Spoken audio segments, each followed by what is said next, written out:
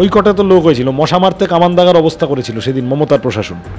তার কারণ তৃণমূলের দিক থেকেও সরকারের দিক থেকেও এই নবান্ন অভিযানটাকে হাইপ আপ করাতে। দেব ভট্টাচার্য খুব জরুরি একটা কথা বলেছিলেন যে সমাজ বিরোধীরা মনে করছে this government is our government.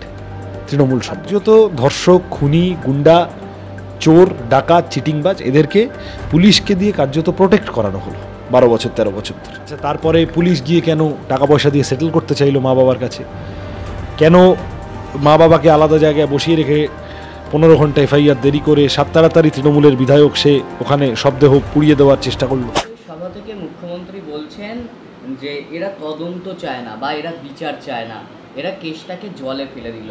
নির্যাতিতার মা বলছেন তাদেরকে উদ্দেশ্য করে এবং যারা আন্দোলন করছে বা যারা প্রতিবাদ করছে তাদেরকে উদ্দেশ্য করে মুখ্যমন্ত্রীর এই বক্তব্য। আমি তো শুরুতেই তোমায় বললাম যে তৃণমূলের সুবিধা হলো বিজেপি যা করলো তাতে। ছাত্র সমাজের নামে লালবাজার ফালবাজার এইসব করে বিজেপি যে হইহট্টগোলটা পাকালো, এতে তৃণমূলের সুবিধা হলো। তৃণমূল এটা বলতে পারলো যে ওই দেখো রাজনীতি করছে। এক কথায় বললাম তো। তা নির্যাতিতার মা বাবা কি বিজেপির আন্দোলনে নেমেছিলেন? নামেননি। যারা 14ই আগস্ট ঐতিহাসিক রাত দখলের ডাক দিলেন যে মহিলারা, তারা বিবৃতি দিয়ে বলেছেন আমরা এই ফালতু নবান্ন অভিযানে নাই। জুনিয়র ডাক্তাররা বলেছেন আমরা এই নবান্ন অভিযানে নাই। তাহলে সাধারণ আন্দোলনকারীদের মুডটা ছিল যে এটা একটা সংকীর্ণ বিচ্ছিন্ন আন্দোলনকে কানাগলিতে ঢোকানোর চেষ্টা, আমরা এটার পার্ট হব না। তাই তো? একা আমরা বামপন্থীরা হইনি তা তো নয়, কেউই হননি। ওই কটা তো লোক হয়েছিল, মশা মারতে কামান দাগার অবস্থা করেছিল সেদিন মমতার প্রশাসন।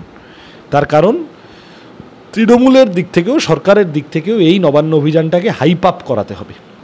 বিজেপিকে টিভিতে যাতে সারাক্ষণ দেখানো যায় তার বন্দোবস্ত করতে হবে। তাহলে সেটা করলে কি হবে? তৃণমূল ওইটা দেখিয়ে বলবে ওই দেখো বিজেপি রাজনীতি করছে। তাতে করে যে লোক বিজেপিকে পছন্দ করে না সেই লোক আন্দোলন থেকে দূরে সরে যাবে। তখন আন্দোলন দুর্বল হবে, তৃণমূল অক্সিজেন পাবে। এই যে তৃণমূল বিজেপির খেলা, এটা বাংলার মানুষ বুঝেছেন। দুদিন বিজেপি যা হুজ্জুত করেছে করে নিয়েছে। এখন আমাদের সবার আবার কাজ আন্দোলনটাকে মূল স্বর, আন্দোলনের মূল স্রোত আবার সেই জায়গায় নিয়ে আসা। তোমার স্বর, আমার স্বর, জাস্টিস ফর আরজি কর, এই দাবি থেকে কোনোভাবেই সরা যাবে না। এই যে এত ভাইরাল অডিও ক্লিপ কখনো দেখা যাচ্ছে, কখনো ভাইরাল ভিডিও ক্লিপ দেখা যাচ্ছে, বা সোশ্যাল মিডিয়া জুড়ে বহু মানুষ ও বহু রকম প্রমাণ দিচ্ছেন, তারপরেও কার্যত সিবিআই সন্দীপ ঘোষকে বা কোনো দোষীকে এখনো পর্যন্ত ধরতে পারছে না। এই নিয়ে নির্যাতিতার মাও অসন্তোষ প্রকাশ করেছেন, বা বাংলার বহু সাধারণ মানুষ যাদেরকে সিপিআইএমের ব্রিগেডে দেখা যায় না, তৃণমূলের ব্রিগেডে দেখা যায় না, বা বিজেপির কোনো কর্মসূচিতে দেখা যায় না, সেই মানুষরাও প্রশ্ন তুলছেন। ঠিক বলেছেন। আমরা তো এই জন্য বিচার বিভাগীয় তদন্ত চেয়েছিলাম, কোর্ট মনিটর্ড। আমরা তো সিবিআই সম্পর্কে ঘরপোড়া গরু, আমাদের অভিজ্ঞতা আছে, সারদা নারদা। এই কারণে এক্ষেত্রেও আমরা সিঁদুরে মেঘ দেখলে ডরাই। সিবিআই এলেই যে সব সমস্যার সমাধান হয়ে যাবে তা নাও হতে পারে। ইডি সিবিআই কত তদন্ত ঝুলিয়ে রেখেছে পশ্চিমবঙ্গে, বিশেষত পশ্চিমবঙ্গের ক্ষেত্রে। তৃণমূল একটা করে অপরাধ করে, দিল্লি থেকে বিজেপি বলে দেয় যে সিবিআই তুমি কিন্তু বেশি তৃণমূলের পিছনে লাগবে না, গুটিয়ে নেয়। তাদের অবধি পৌঁছানো দরকার। তৃণমূলের সরকারের কত গভীরে শিকড় প্রথিত আছে টেনে বার করা দরকার। কেন প্রথম আত্মহত্যা বলে চালানোর চেষ্টা হলো? তার আগে তো অসুস্থ বলা হয়েছিল, যে ভাইরাল অডিও ক্লিপ হচ্ছে। আমি কোনটা ঠিক কোনটা ভুল সেটা বিচার করার অ্যাপারেটাস তো আমার হাতে নেই, তদন্তকারীদের হাতে আছে।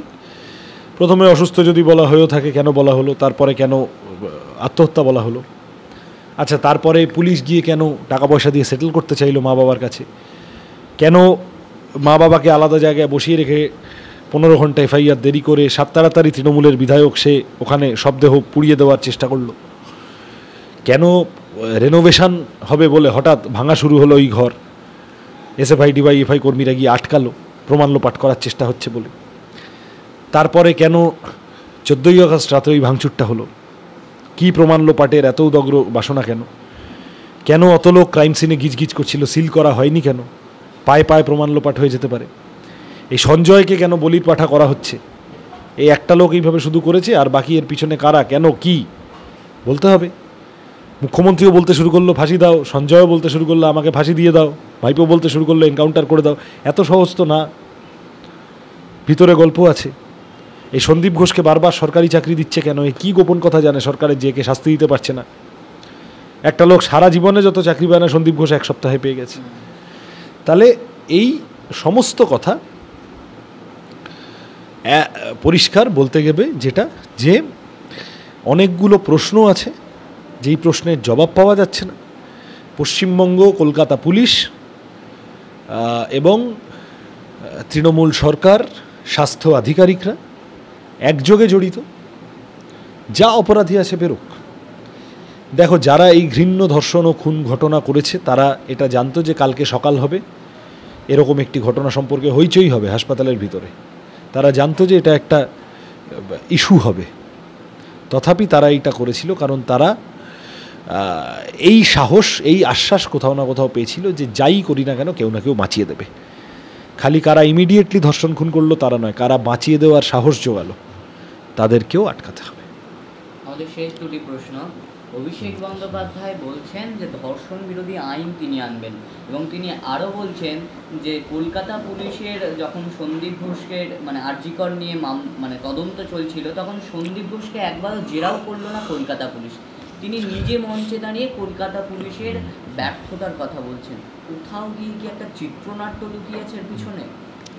আমি তো বললাম তোমাকে, কারুর এই বাজারে ইচ্ছে হয়েছে তাহলে পিসিকে সরিয়ে ভাইপোকে মুখ্যমন্ত্রী করে দেওয়া। মানে আদি নব্য দ্বন্দ্ব। এর মধ্যে তৃণমূলের লোক আছে, এর মধ্যে বিজেপির লোক আছে, এর মধ্যে আরও কেউ আছে। আমরা তো তৃণমূলকে তৃণমূল হিসেবে দেখি, কিন্তু ওদের বিভিন্ন অভ্যন্তরীণ গালগল্পের ম্যানিফেস্টেশন এইসব হতে পারে। এখন কথা হচ্ছে যে অভিষেক ব্যানার্জি এগুলো বলছেন। অভিষেক ব্যানার্জি খুবই একটা বিজ্ঞাপিত হচ্ছেন তিনি, তাকে ঘিরে একটা এই ধরনের তার একটা ইমেজ মেকওভারের চেষ্টা করা হচ্ছে যে এই যে নতুন তৃণমূলের নতুন নেতা। তা আমরা তো তৃণমূল আমলে পার্ক স্ট্রিট, কামদুনি, গেদে, গাইঘাটা এইসব দেখেছি, হাঁসখালি দেখেছি। This is not the first instance. যেদিন তৃণমূলের নেতারা পার্ক স্ট্রিট ঘটনার পরে নির্যাতিতার, ধর্ষিতার পোশাক বা ধর্ষিতার রাত্রিবেলা ওখানে কি করছিলেন এইগুলো বলছিলেন, যেদিন মুখ্যমন্ত্রী স্বয়ং বললেন যে ও তো ওর স্বামী সিপিএম করতো, গেদে বা গাইঘাটা গেদের ঘটনাটার পরে বললেন যে ও তো প্রেগনেন্ট হয়ে গেছিলো, লাভ অ্যাফেয়ার ছিল হাঁসখালির ঘটনার সময়। কারুর ক্ষেত্রে বললেন রেট বেঁধে দেবো, 30,000 টাকা দিয়ে দেবো। তাহলে এতে করে সমাজ বিরোধীরা দিনের পর দিন উৎসাহিত হয়েছে। তারা বুঝেছে যে এই সরকারটা আমাদের সরকার। মানে আশ্রয়স্থল বুদ্ধদেব, একদম বুদ্ধদেব ভট্টাচার্য খুব জরুরি একটা কথা বলেছিলেন যে সমাজ বিরোধীরা মনে করছে this government is our government. Trinamool সম্পর্কে সমাজ বিরোধীরা গর্ত থেকে বেরোয়। দেখো, ধর্ষক আগেও ছিল, খুনি আগেও ছিল, ডাকাত আগেও ছিল, দুর্নীতিগ্রস্ত আগেও ছিল। এ তো সমাজের চলার পথে এই ধরনের এই বিকৃতিগুলো তৈরি হয়। পয়েন্ট হচ্ছে যে সরকারের দৃষ্টিভঙ্গি কি হবে। বানতলা কাণ্ডে যারা দোষী ছিল তারা আজও জেলে বসে আছে। আমি তো ওই জন্য বললাম, তৃণমূল আক্রমণ করলে তো হলো না। বামপন্থীদের সময় ন্যূনতম কোথাও একটাও এই ধরনের ঘটনা কেউ দেখাতে পারবে না যেখানে ধর্ষকদের প্রতি কোনো নরম মনোভাব পোষণ করা হয়েছিল। আর তৃণমূলের আমলে ছবিটা উল্টে গেল। পুলিশকে দিয়ে কার্যত ধর্ষক, খুনি, গুন্ডা, চোর, ডাকাত, চিটিংবাজ এদেরকে পুলিশকে দিয়ে কার্যত প্রোটেক্ট করানো হলো 12 বছর 13 বছর ধরে। ফলত আজকে অভিষেক ব্যানার্জি স্টান্টবাজি করে ম্যানেজ দেওয়ার জন্য সিচুয়েশন কি বলছেন তার কোনো মানে নেই। তৃণমূল আমলে পশ্চিমবঙ্গ নারী নির্যাতনে গোটা দেশে 2 নম্বরে চলে গিয়েছে। আমাদের লজ্জা। Kolkata used to B the safest city নারী নিরাপত্তার প্রশ্নে, নারী স্বাধীনতার প্রশ্নে। সেই কলকাতাকে এমন ভয়ানক খাদের কিনারে নিয়ে গিয়েছেন পশ্চিমবঙ্গকে। তা সেটার দায় তো নিতে হবে। আজকে কি বলছেন আমার ধারণা এগুলো ফাঁকা আওয়াজ দিচ্ছেন। সাধারণ মানুষ একটা প্রশ্ন তুলছেন, বাংলায় যারা দুর্নীতিতে অভিযুক্ত বা যারা দুর্নীতিগ্রস্ত বা যারা এই সব কাণ্ড ঘটাচ্ছে তাদের সঙ্গে কোথাও তৃণমূলের যোগসাযোগ পাওয়া যাচ্ছে। তাহলে আদৌ কি তাদের শাস্তি বা তাদের সাজা হবে? সেই জন্যই তো আমাদের সবার লড়াই। আমরা বামপন্থীরা লড়ব, আমরা সহনাগরিক হিসেবে মানুষের বিপুল আন্দোলনে অংশগ্রহণ করব, পতাকা নিয়ে লড়ব, পতাকা ছাড়া লড়ব। লক্ষ লক্ষ মানুষ রাস্তায় নেমেছেন, এটা আসার কথা। যারা এমনিতে মুখ খোলেন না তেমন অনেক মানুষ রাস্তায় নামছেন, যে যেভাবে পারে। কেউ গান গেয়ে নামছেন, কেউ স্লোগান তুলে নামছেন, কেউ ছবি এঁকে নামছেন। মানে প্রতিবাদের ভাষা আলাদা হতেই পারে, কিচ্ছু যায় আসে না, কন্টেন্টটা থাকতে হবে। জাস্টিস ফর আরজি কর। এবং আস্তে আস্তে কার বিরুদ্ধে জাস্টিস চাইছি, কার পক্ষে জাস্টিস চাইছি, এটাও বলতে হবে। মানুষই বলবেন, অধৈর্য হওয়ার বিষয় নেই। যিনি এই আন্দোলনের শুরুর দিকে খালি উই ওয়ান্ট জাস্টিস বলে থেমে থাকছিলেন, বাকিটা বলছিলেন না, তিনি এখন রাস্তায় নেমে বলছেন স্বৈরাচারীর পদত্যাগ চাই। কারণ বুঝতে পারছেন, এই দেখো টালিগঞ্জের শিল্পীরা অনেকে খানিকটা তাদের পেশার জন্যেই, আমি দোষ দিই না, খানিকটা তাদের ডিফেন্সিভ থাকতে হয়। তা তারপরেও তো এই কুণাল ঘোষ কালকে গালিগালাজ করেই দিল। কুণাল ঘোষের গালির হাত থেকে বাঁচতে পারলেন? ফলত তৃণমূল মানুষকে কর্নার করবে। তৃণমূল নিজে যত কর্নার্ড হবে, তৃণমূল মানুষের উপর ঝাঁপিয়ে পড়ার চেষ্টা করবে, আন্দোলন ভাঙার চেষ্টা করবে। তত সাধারণ মানুষকে এককাট্টা হতে হবে। সেই সাধারণ মানুষের মধ্যে সবাই সিপিএম হবেন না, এবং সবার সিপিএম হওয়ার দরকারও নেই। কে বলেছে সবাইকে সিপিএম হতে হবে? সিপিএমও থাকবে, অন্য অনেকেও থাকবে।